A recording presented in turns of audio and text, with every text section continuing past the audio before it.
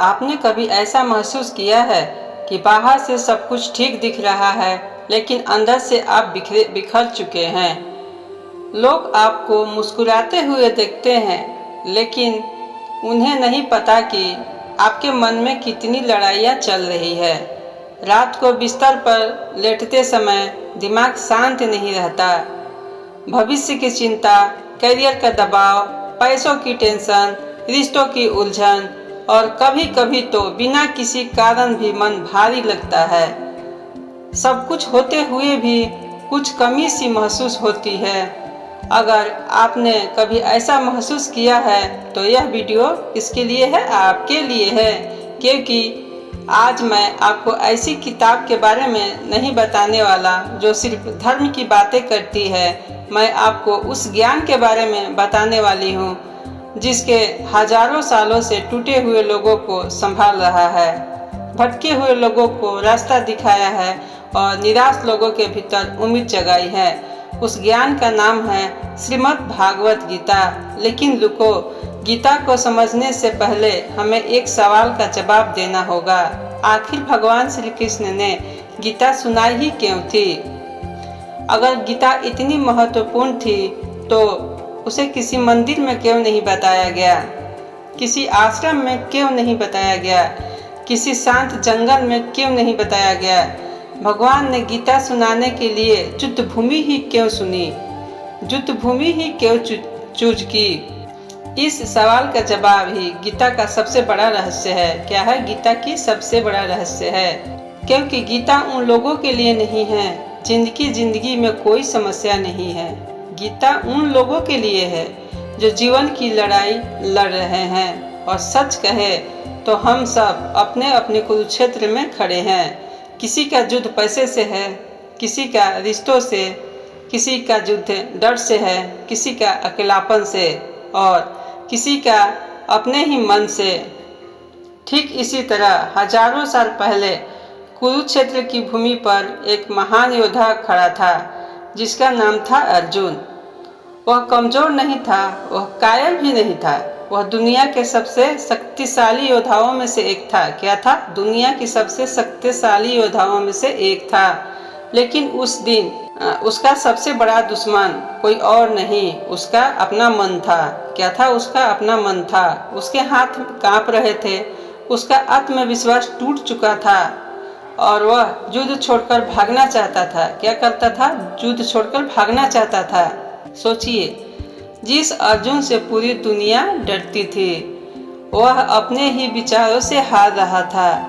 और शायद यही वजह है कि अर्जुन की कहानी आज भी हमारी कहानी लगती है, क्योंकि हमारी सबसे बड़ी लड़ाई भी बाहर नहीं अंदर चल रही है। और यहीं से शुरू होता है गीता का अमर ज्ञान। क्या होता है? गीता का अमर ज्ञान।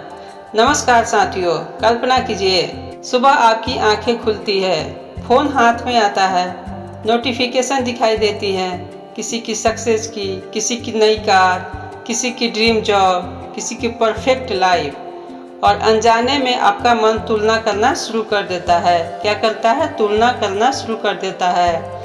मैं कहाँ हूँ? मेरी ज़िंदगी ऐसी क्यों नहीं है? क्या मैं पीछे रह गया हूँ? और धीरे धीरे एक छोटा सा विचार चिंता बन जाता है और चिंता तनाव बन जाती है और तनाव ओवर थिंकिंग में बदल जाता है। क्या होता है? ओवर थिंकिंग में बदल जाता है। आज दुनिया में लाखों लोग इसी लड़ाई को लड़ रहे हैं। बाहर से सब समान दिखाई देता है, लेकिन भीतर मन थका हुआ है, दिमाग शांत नहीं है। रात को शरीर बिस्तर पर होता है, लेकिन मन हजारों दिशाओं में भाग रहा होता है। अगर आप भी कभी ऐसी स्थिति से गुजरे हैं तो आप अकेले नहीं हैं, क्योंकि हजारों वर्ष पहले कुरुक्षेत्र के मैदान में एक व्यक्ति भी इसी स्थिति से गुजरा था। उसका नाम था अर्जुन। क्या नाम था? उसका नाम था अर्जुन। अक्सर लोग महाभारत को केवल युद्ध की कहानी समझते हैं, लेकिन अगर गहराई से देखें तो महाभारत हमारे मन की कहानी है। क्या है? हमारी मन की कहानी है। कुरुक्षेत्र केवल एक मैदान नहीं था दोस्तों, वह मनुष्य के भीतर चल रहे संघर्षों का प्रतीक था। वह मनुष्य के भीतर चल रहे संघर्षों का प्रतीक था। एक तरफ कर्तव्य था, दूसरी तरफ भावनाएं थी। एक तरफ सत्य था, दूसरी तरफ मोह थी, और इन दोनों के बीच खड़ा था अर्जुन। अब अर्जुन ने अपने ही रिश्तेदारों, मित्रों और गुरुओं को सामने देखा तो उसका मन डगमगा गया। उसने कहा, हे कृष्ण, मैं यह युद्ध नहीं लड़ सकता। उसके हाथ कांपने लगे, उसका शरीर कमजोर पड़ गया, उसकी सोच बिखर गई। अब सोचिए, क्या यह केवल अर्जुन की कहानी है? ये हमारी भी। जब कोई युवा करियर को लेकर परेशान होता है, तब कोई व्यक्ति नौकरी खो देता है, जब किसी की रिश्ता टूट जाता है, जब कोई असफलता का सामना करता है, तो उसके भीतर भी वही युद्ध शुरू हो जाता है।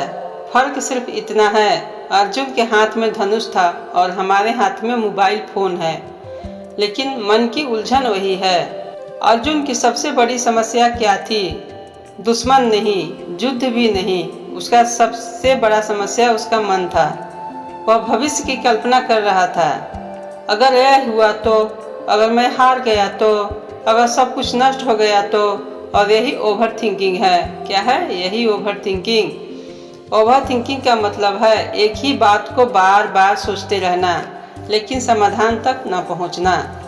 आज लाखों लोग इसी जाल में फंसे हुए हैं। वे भविष्य के बारे में इतना सोचते हैं कि वर्तमान में जीना ही भूल जाते हैं। यहीं से गीता शुरू होती है, और भगवान कृष्ण का पहला संदेश बहुत शक्तिशाली है। हाँ दोस्तों, इसे ध्यान से सुनो। उन्होंने अर्जुन से कहा, तुम्हारी समस्या बाहर नहीं है अर्जुन, तुम्हारी समस्या तुम्हारे मन के भीतर है। क्योंकि जब मन भ्रमित हो जाता है तो सही इंसान भी गलत निर्णय लेने लगता है, और जब मन स्थिर होता है तो कठिन परिस्थितियां भी आसान लगने लगती है। यही कारण है कि गीता का पहला उद्देश्य दुनिया बदलना नहीं, मन को बदलना है, अपने आप को बदलना है। आज लोग कहते हैं, मेरा मन नहीं लगता, मुझे किसी चीज में खुशी नहीं मिलती, मैं हमेशा थका हुआ महसूस करता हूँ, मुझे लगता नहीं जीवन में क्या करूँ। ये शब्द केवल शब्द नहीं है, यह आधुनिक मानसिक संघर्ष की पहचान है। लेकिन गीता हमें एक महत्वपूर्ण बात सिखाती है। मनुष्य केवल शरीर नहीं है, वह केवल नौकरी नहीं है, वह केवल बैंक बैलेंस नहीं है, वह केवल सोशल मीडिया प्रोफाइल नहीं है। उसके भीतर एक और गहरी पहचान है। क्या है? उसके भीतर एक और गहरी पहचान है। और जब इंसान अपनी असली पहचान भूल जाता है, तब वह बाहरी चीज़ों में खुशी खोजने लगता है, लेकिन उसमें संतोष नहीं मिलती। श्री कृष्ण अर्जुन से कहते हैं, तुम शरीर नहीं हो, तुम आत्मा हो। शरीर बदलता है, परिस्थितियां बदलती हैं, रिश्ते बदलते हैं, लेकिन आत्मा शाश्वत है। अब कुछ लोग सोच सकते हैं, इससे हमारी जिंदगी में क्या फर्क पड़ता है? बहुत फर्क पड़ता है, बहुत बड़ा फर्क पड़ता है। क्योंकि जब इंसान खुद को केवल शरीर समझता है तो हर नुकसान उसे तोड़ देता है। लेकिन जब वह समझता है कि उसकी असली पहचान इससे कहीं बड़ी है, तो उसके भीतर साहस पैदा होता है। यही कारण है कि गीता केवल धर्म की पुस्तक नहीं है, यह मानसिक शक्ति की पुस्तक भी है। अब श्री कृष्ण अर्जुन को एक और ऐसा सिद्धांत बताते हैं जो आज भी उतना ही प्रासंगिक है। वो क्या है? कर्म योग। सरल शब्दों में, कर्म करो लेकिन परिणाम की चिंता में मत डूबो। आज अधिकांश लोग काम से नहीं थकते, वे परिणाम की चिंता से थक जाते हैं। स्टूडेंट पढ़ाई से नहीं थकता, रिजल्ट की चिंता से थक जाता है।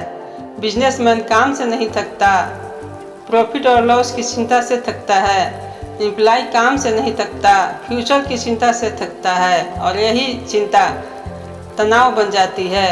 श्री कृष्ण कहते हैं, अपना सर्वश्रेष्ठ दो। क्या दो? अपना सर्वश्रेष्ठ दो, लेकिन परिणाम को लेकर स्वयं को मत जलाओ।